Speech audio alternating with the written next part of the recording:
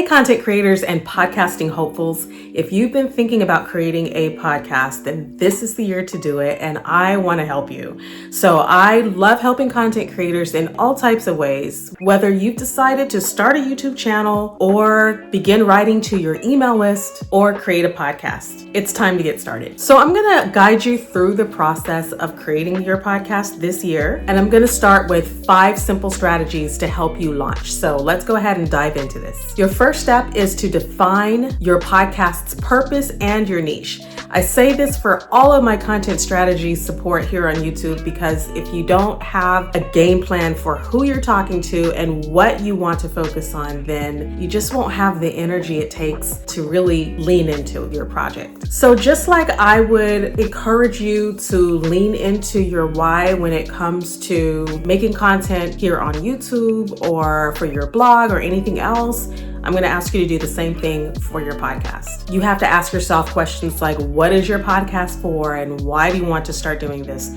Now, we know that there are so many people out here today that are creating podcasts. Statistics show that podcasting is only growing and becoming more and more popular with time. So it does feel like it's becoming a little bit saturated. But I will have a story time really soon to share with you guys about my personal podcasting journey and how I've seen so many changes over the last 20 years.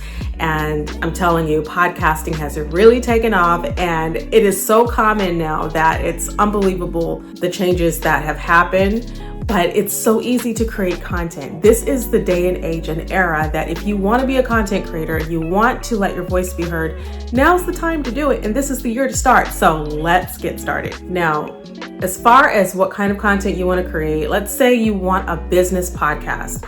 Well, I'm going to recommend that you get far more specific about what type of business podcast. Is this a business podcast about being a virtual assistant and helping others to be better virtual assistants? Is this a business podcast about marketing and SEO tools? Is this a business podcast about balancing your business life? Are you reviewing business books? Are you interviewing people? What's your format? What kind of podcast will you be creating? So all of this is something to really start to think about, and knowing your niche now on the front end will help you in the long run. So don't go broad, try to go narrow when it comes to your specific topic. Back to formats. Let's talk about that for a minute. You want to choose your format and plan your episodes accordingly. Will your podcast be solo or interview based? You want to decide on the format that works best for you in this season of your life and what you're willing and able to do. You may not be in a season right now where interviewing people is something that you desire to do. Maybe it takes a bit more of your time to schedule guests. And so maybe you create a solo podcast because that's where you are right now, and that's okay. So do what's best for you. In fact, I have done both interviews. I've interviewed hundreds upon hundreds of people, and it is quite a journey. It is very fulfilling. I enjoy talking to everyone that has been on any of my shows, but it is a lot more work to produce those episodes, not only in the editing, but in booking and arranging schedules and recording together. It's a lot of work, and it's easier for me personally to just hop on the microphone and talk, record, edit, and publish. So it just goes a lot faster as far as my workflow, but you figure out what's best for you and what you want happening on your show that will bring in the kind of listeners you want to have. Once you know your format, once you know your niche, you're going to plan out your first 5 to 10 episodes. So start planning. Each episode should have a clear topic, goal, and structure. You'll use your favorite planning tools like Notion. For me, I love Notion, or Trello, or whatever that happens to be for you, but you want to plan out your episodes. Remember, consistency is key. So once you plan them out and you start actually recording these episodes, try to stay consistent with your creation schedule. The third tip for you is to invest in the right tools. Now, this is not in a step-by-step format. Of course, you need your tools before you even record anything, but I just want to reiterate the fact that choosing the tools that you're most comfortable with is going to serve you best in the long run. So don't purchase tools that you don't know how to operate or that just don't feel good to you. You have to be really comfortable with your microphone and the software that you use to edit your podcast episodes, especially if you're a solopreneur and doing this on your own. You need to enjoy recording these audios. And so you'll want to be really familiar with the editing software that you use and feel good about it so that you can do it on your own if you don't have help. And you don't need to break the bank with podcasting, but for sure, audio quality is a must. So you will need to invest in at least a really good microphone. In this year, there are tons and tons of great microphone options out there. All you have to do is type in podcasting audio software setup or podcasting microphone in Amazon, and up will pop a myriad of different options for you to select from. I happen to be using a couple of different ones. One of my favorites is this one. This little microphone right here has really been a nice companion for me. It is my Blue Yeti mic, and it's simple to set up, and it wasn't expensive. And so I just added a little kind of filter here on top to help with evening out the sounds. So that way there's no pops in there with my P's and my B's and my different consonant sounds. So you'll want to have a pop filter. Make sure you get something like that. And there are other pop filter options available for this particular microphone. But I also started with the Shure SM58 microphone, which is a great one. So be looking at your dynamic microphones and see what's out there for you. Now, I do have a free workbook for you to download and access for your own personal use as you are figuring out what tools you need for your podcast. And this particular workbook is called the Launch Confidently Podcasting Checklist. And on this checklist, I list all of the tools that I feel like are important for you to have as far as a basic podcasting setup. And I also go through a lot of other really great podcast essentials for setting up and starting your podcast. And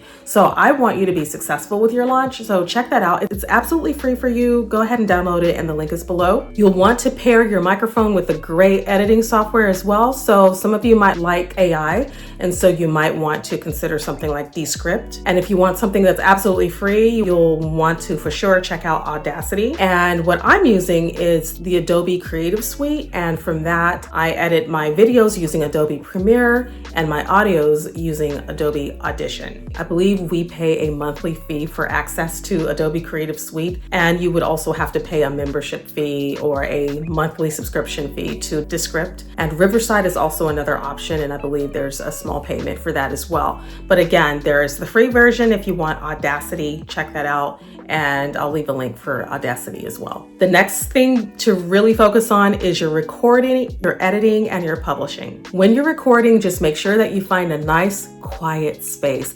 This is going to help you so much when you get the quiet surrounding paired with a really good pop filter and good microphone.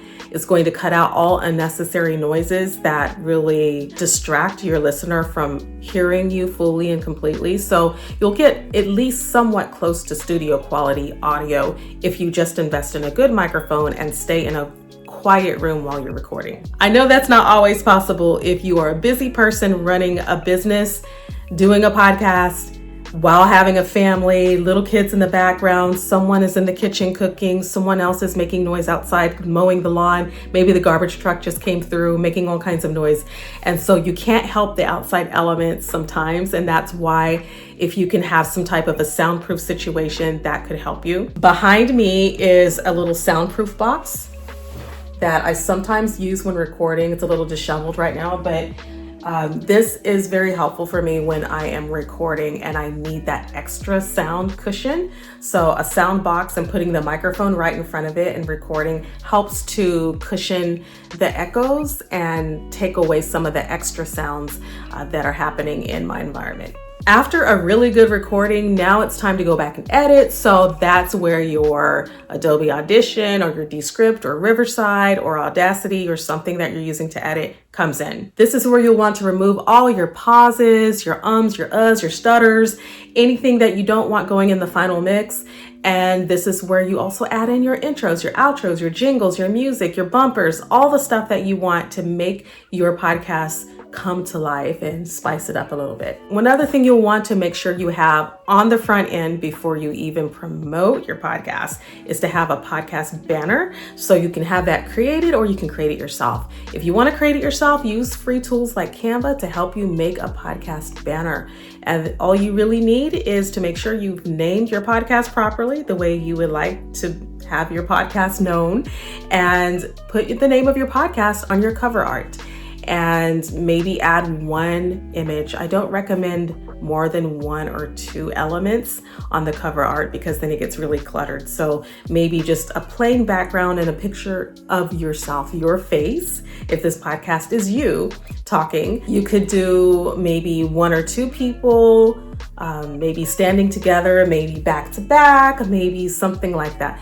Or you could do a symbol, something that symbolizes your show. So if it's a flower or floral show, maybe you can have one flower in the middle or a vase of flowers with the title of the podcast at the bottom. But whatever you do, think about the elements of graphic design and how art will pop when you don't have a cluttered space. So you'll want to have bold letters. That way the podcast title is easy to read on your cover art, and maybe just that one image that you're going to use, whether it's a photo of yourself or a symbol. The way to do it, once again, is you can go in Canva and create it yourself, or you can hire someone, a graphic designer, to create it for you.